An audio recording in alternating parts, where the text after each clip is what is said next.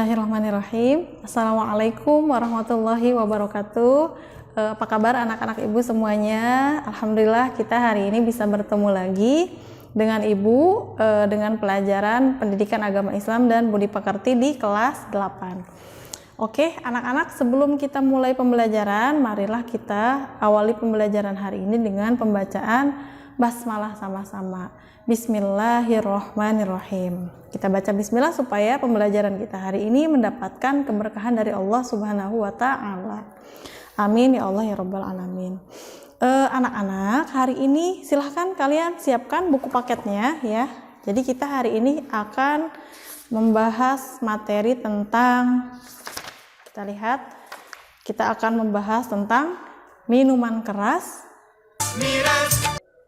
judi, dan pertengkaran. Kayak ada suara ya, denger nggak guys? Kita ulangi ya. Jadi hari ini kita akan membahas tentang minuman keras, judi, ya ada suara kan ya, dan pertengkaran. Gak ada, kalau pertengkaran gak ada suaranya. Oke, lupain ya. Pokoknya kita hari ini akan membahas materi yang tadi 3 ya. Jadi ketiga materi yang tadi itu adalah bagian dari akhlak mazmumah. Ayo, akhlak mazmumah itu apa? Kemarin kita udah bahas tentang akhlak mahmudah atau perilaku terpuji. Maka pertemuan kali ini kita akan bahas tentang perilaku tercela atau akhlak mazmumah. Nah, yang tadi 3 yaitu minuman keras, judi, dan pertengkaran. Oke, kita bahas dulu satu-satu dari minuman keras, karena tadi suaranya itu seperti suara-suara gaib yang terdengar hanya sedikit. Coba kita dengarkan dulu potongannya aja tentang minuman keras. Minuman keras, miras, apapun namamu, tak akan ku reguk lagi dan tak akan ku minum lagi walau setetes. Oke, ya, tahu ya lagu ini ya. Jadi ini adalah potongan lagu dari Bang Haji Rhoma Irama. Ibu, kenapa sih lagunya harus lagu dangdut? Nggak apa-apa, lagu apa aja. Karena kebetulan memang materinya nyambung dan menurut ibu lagu ini mendidik ya. Jadi bisa boleh kalian dengarkan isi lagunya seperti apa. Jadi sebetulnya dalam lagu ini ada pesannya. Jadi untuk kita semua yang mendengarkan. Kalau tadi kan potongannya minuman keras, miras, apapun jenismu. Nah, tak akan ku coba lagi walaupun secuil kan. Nah, jadi minuman keras itu dalam bahasa Arab disebut dengan khomer. Ya, khomer. Jadi kata Bang Haji, jenis apapun nggak akan diminum lagi walaupun cuman secuil. Nah itu betul sekali karena memang minuman keras itu hukumnya adalah haram. Jadi kalau misalnya kita mau saya mah mau minum minuman keras dikit, nyobain doang bu, setetes doang bu, setetes mah nggak akan mabok. Kalau misalnya segelas atau beberapa gelas baru tuh mabok.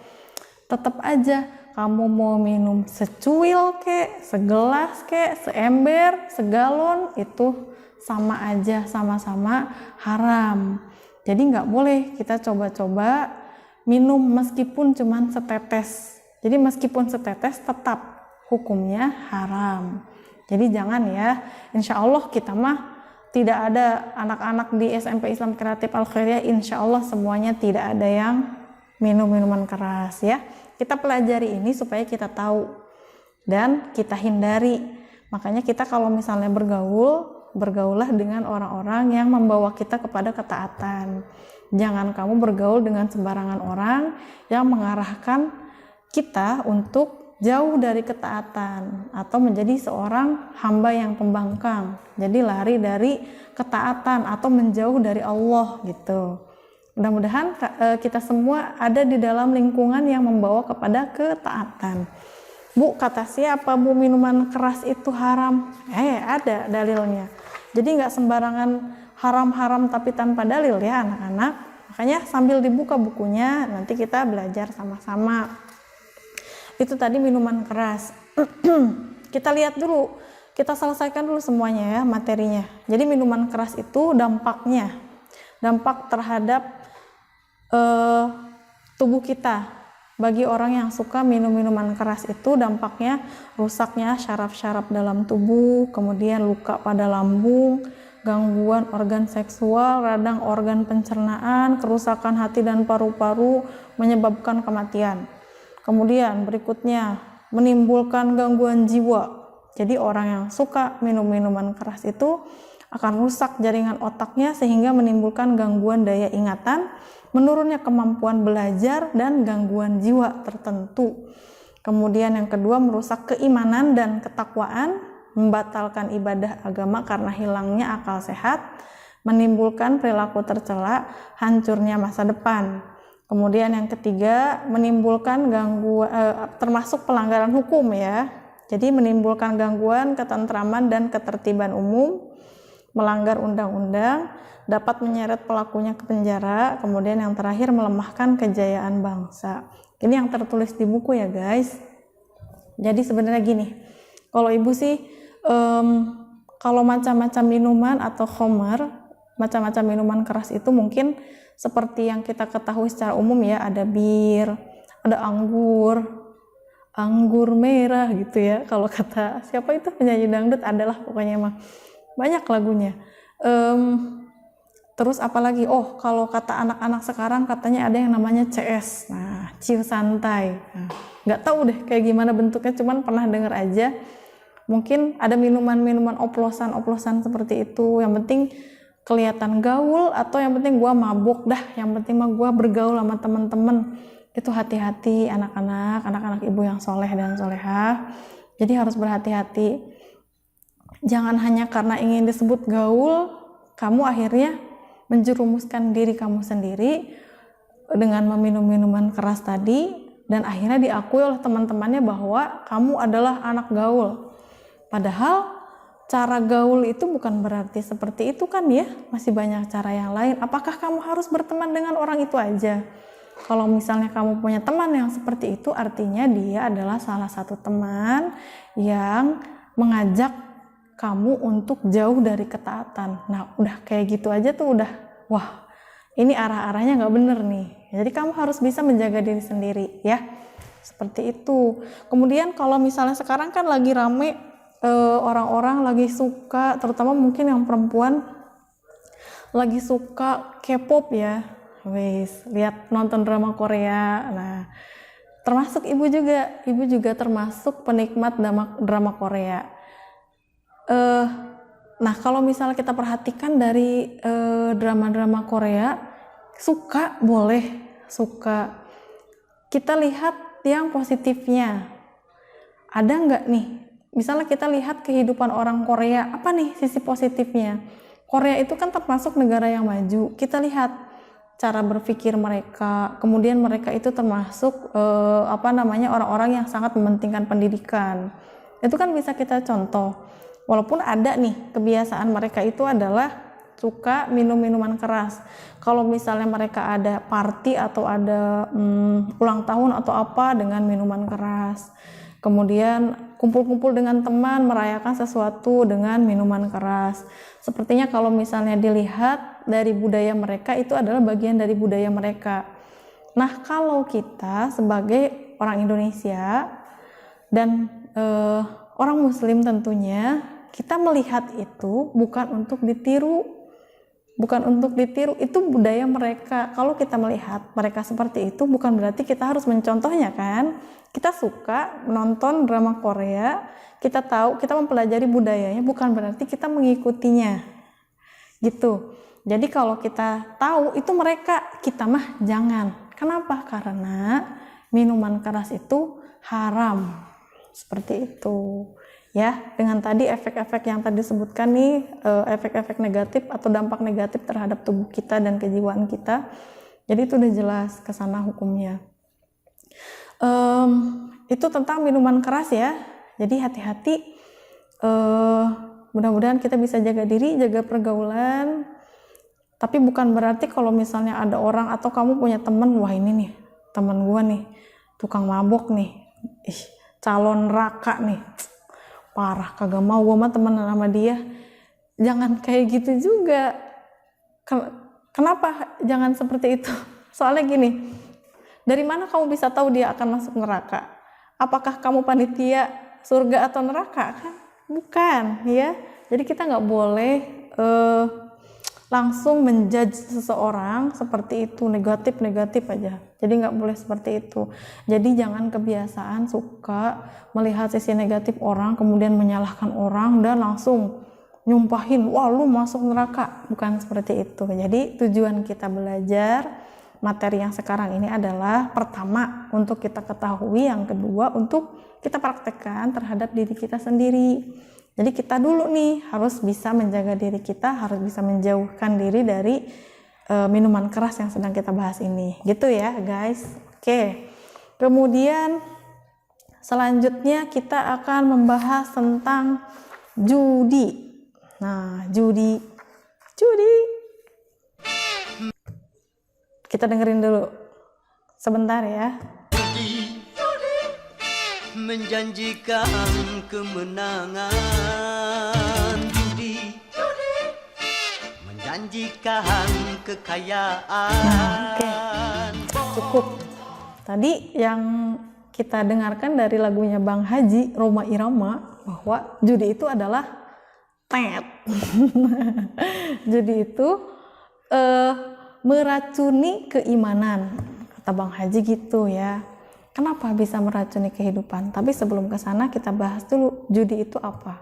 Nah, seperti yang ditulis di buku ya, judi itu adalah permainan dengan memakai uang atau barang berharga sebagai taruhan. Nah, ini adalah kayaknya kita semua tahu ya judi itu kayak gimana. Kalau misalnya kita main apa aja, permainan apa aja, kalau misalnya udah taruhan dengan uang, itu namanya judi. Jadi kita harus berhati-hati. Termasuk kalau misalnya sekarang kita main game online. Nah, misalnya mabar gitu kan. Pokoknya yang kalah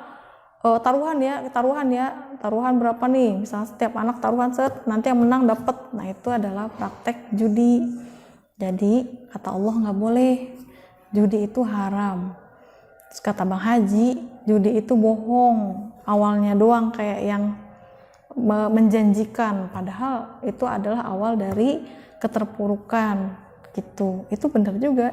Kalau misalnya kamu telaah lagi, kamu lihat-lihat, banyak lah sebenarnya contohnya kayak di sinetron Indosiar ya, banyak ya contoh orang-orang yang suka mabuk. Kayaknya kalau dilihat di sinetron itu orang yang mabuk itu kayak orang yang putus asa ya. Kemudian yang main judi juga, ayo aja main judi, dia sampai lupa kerja. Jadi dia lupa harus seperti apa. Jadi dia mempertaruhkan hidupnya itu dengan main judi dan berharap dia menang. Yang akhirnya ya nggak menang-menang. Karena kalau udah menang ketagihan, ditaruhan lagi tuh di uang yang menang itu, dia taruhin lagi, kalah, penasaran terus aja. Jadi tidak akan ada akhirnya. Jadi jangan pernah coba-coba sekecil apapun. Kita berusaha menjaga diri kita untuk menjadi orang yang lebih baik, hindari hal-hal yang seperti itu. Itu namanya judi. Jadi kalau misalnya di antara kita, atau bukan kalian aja, termasuk ibu juga, jadi kita belajar sama-sama hari ini. Di antara kita yang memang secara tidak kita sadari melakukan praktek judi, hati-hati, kita sama-sama belajar, kita cari tahu lagi. Misalnya main game ya, kalau misalnya itu ke arah ada taruhannya, kita bayar, kemudian nanti si uang itu dikumpulkan untuk yang menang. Nah, itu adalah praktek judi. Ternyata itu nggak boleh, haram ya guys, nggak boleh. Hati-hati tuh yang suka main game. Oke, terakhir biar cepet ya. Yang terakhir itu adalah pertengkaran. Nah, bertengkar itu apa ya gitu? Kalau bertengkar antar teman, misalnya cemberut, gak mau temenan lagi misalnya, atau sebel sama dia, atau beradu mulut misalnya, debat karena apa, kemudian kesel, itu kan bertengkar seperti itu ya. Banyaklah macam-macamnya. Gak boleh bertengkar juga. Kalaupun misalnya kita bertengkar, atau misalnya dalam situasi yang bertengkar, itu kita gak boleh sampai 3 hari. Di sini ada nih. Nih, di buku ini juga ada nih dijelaskan. Nabi Muhammad SAW bersabda bahwa orang yang bertengkar dengan sesamanya bahkan melebihi batas waktu 3 hari, maka kedua orang itu dikelompokkan termasuk orang munafik. Jadi nauzubillah min dzalik. Kita harus bisa menahan diri untuk tidak dikuasai oleh emosi.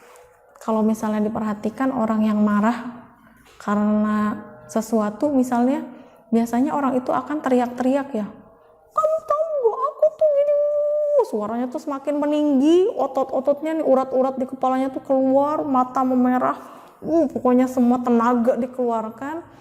Kalau misalnya kita lihat pasti selesainya capek tuh.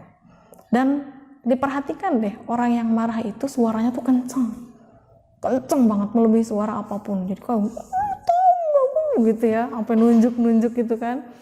Jadi sebetulnya orang yang marah itu pengen didengerin. Jadi kalau misalnya ada yang seperti itu, kita berusaha dengarkan, bukan ikut marah dan ikut meninggi.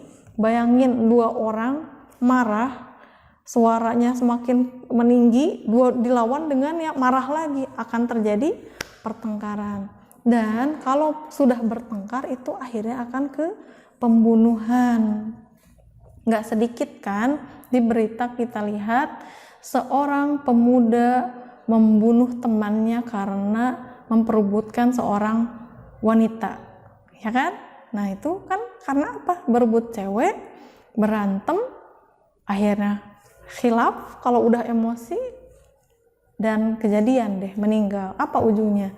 Dapat dosa dan dipenjara juga.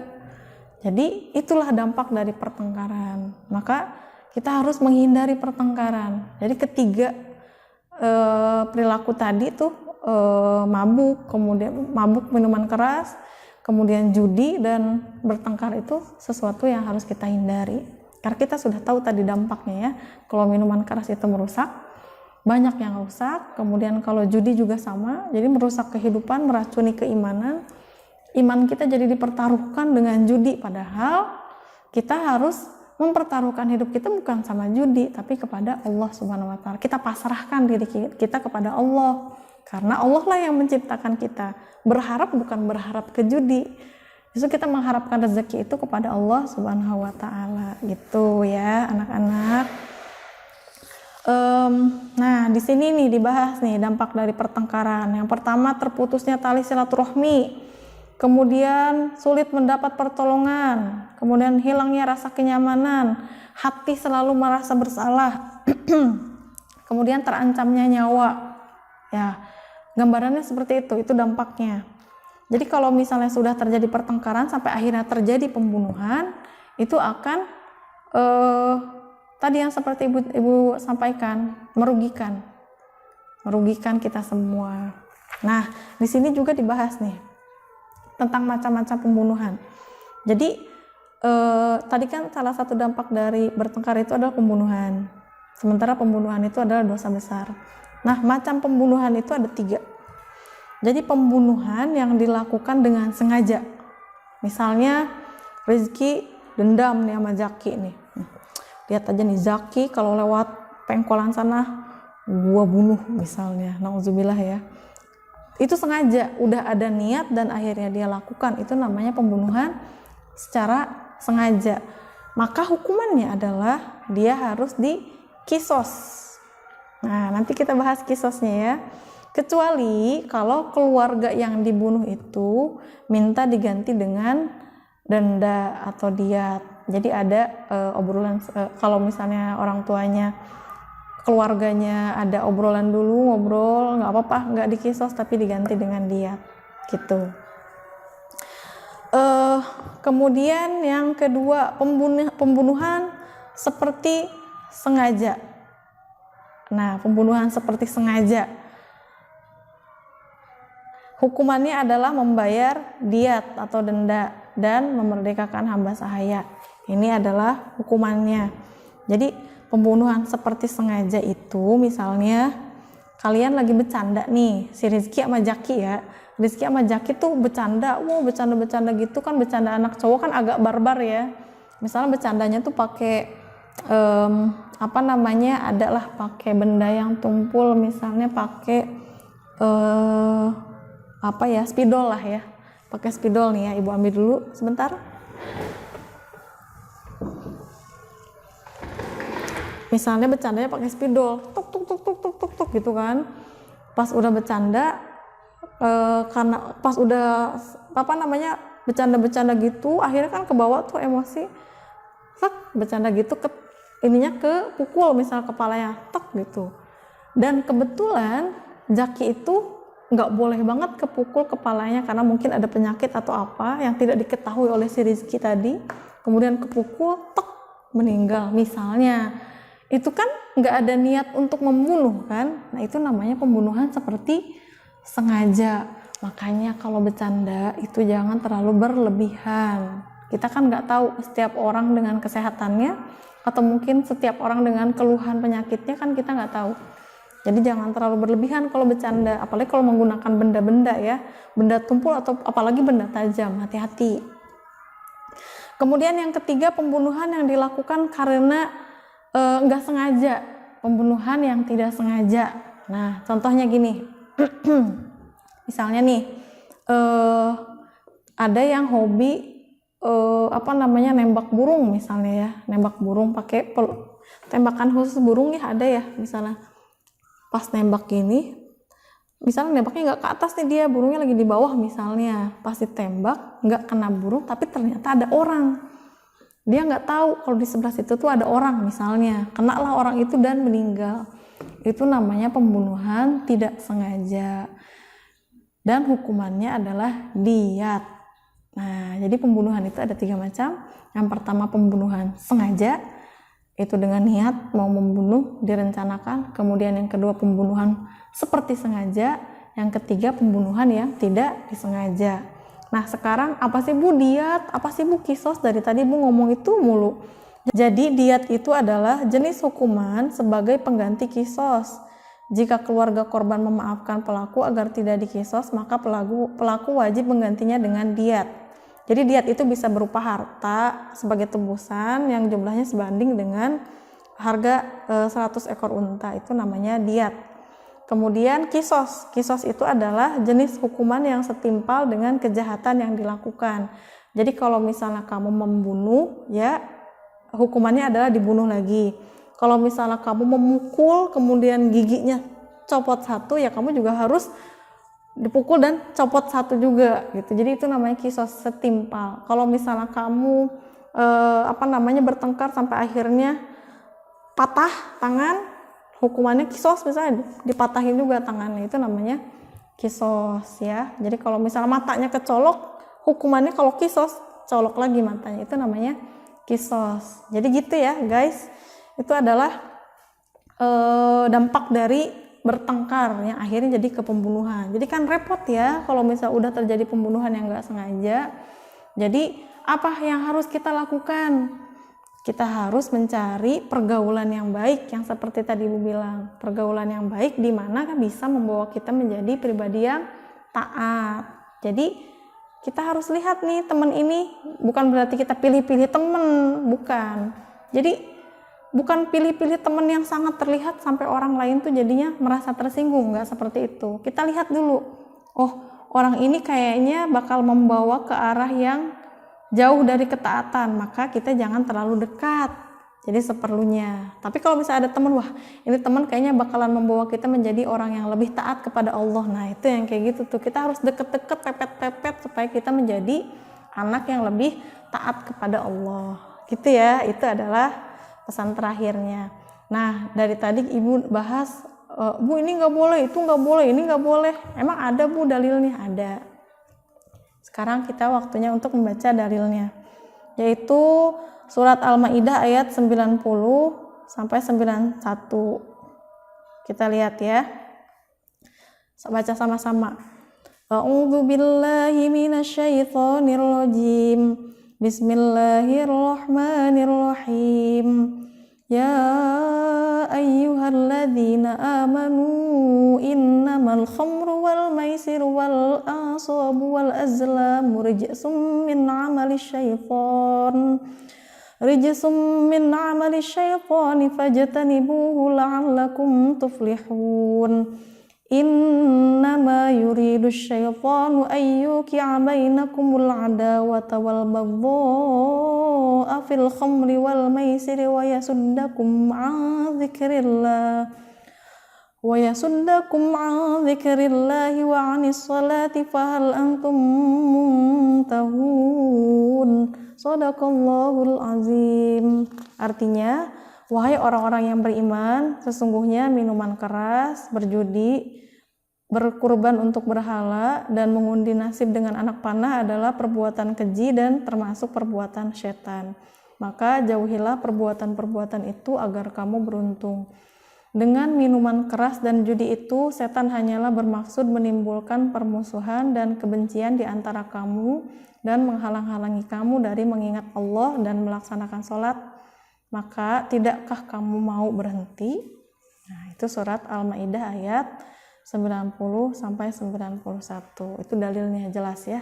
Berarti kata Allah juga kita nggak boleh mendekati itu. Jadi itu mah kesenangan setan. Jadi kalau kita mabok, kita judi, seneng tuh setan. Wah, temen gua nih gitu. Jadi jangan mau temenan sama setan. Sepakat ya?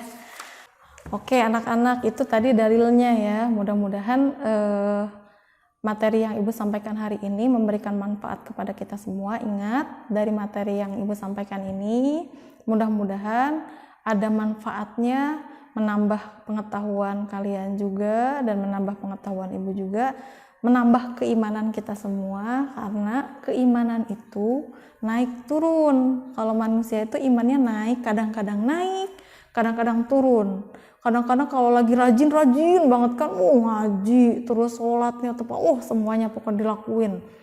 Rajin banget, tapi jarang ya. Seringnya turun. Turun apa? Mager. Udah azan, nanti aja dah.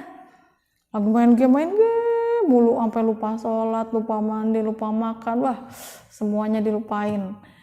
Termasuk ibadahnya, sholat zuhur lewat, asar lewat, maghrib sholat karena diomelin misalnya.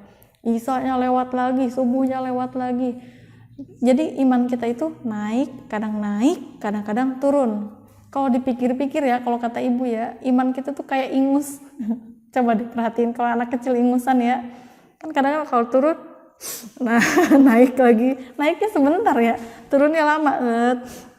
Jadi jangan sampai kita terlalu lama membiarkan keimanan kita turun. Setelah kita mempelajari ini, kita bisa naikin lagi nih keimanan kita. Kita kembalikan lagi, kita stabilkan lagi, kita kembali taat lagi kepada Allah. Terima kasih banyak anak-anak. Sampai jumpa lagi minggu depan. Mohon maaf bila ada kata-kata yang salah. Semoga bermanfaat. Kita tutup dengan pembacaan hamdalah sama-sama. Alhamdulillahirabbil alamin. Wassalamualaikum warahmatullahi wabarakatuh.